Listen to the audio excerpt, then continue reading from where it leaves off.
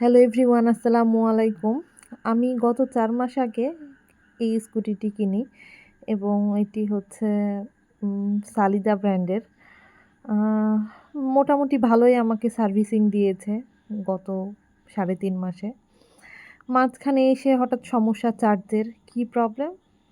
তাদের কাছে নিয়ে গেলাম। তারা চার্জার চেঞ্জ করে দিল, চার্জারের প্রবলেম। আবার ঠিক ১৫ দিনের মাথায় কি প্রবলেম? বলছে, "ম্যাডাম আপনি গাড়িটি থুয়ে যান, আমরা সার্ভিসিং করে আপনাকে জানাবো।"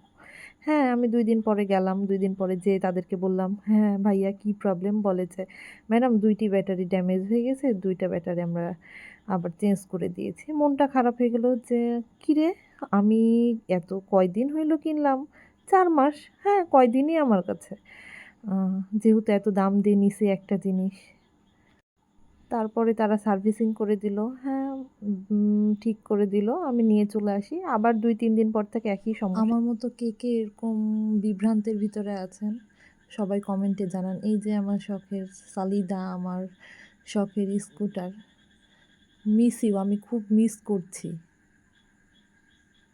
কারণ এই গত ৪ মাসে আ আমার স্কুটারের উপরে আমার এমন একটা মায়া বসে গেছে, মানে আমি কোথাও গেলে তাকে ছাড়া যাইতেই পারি না।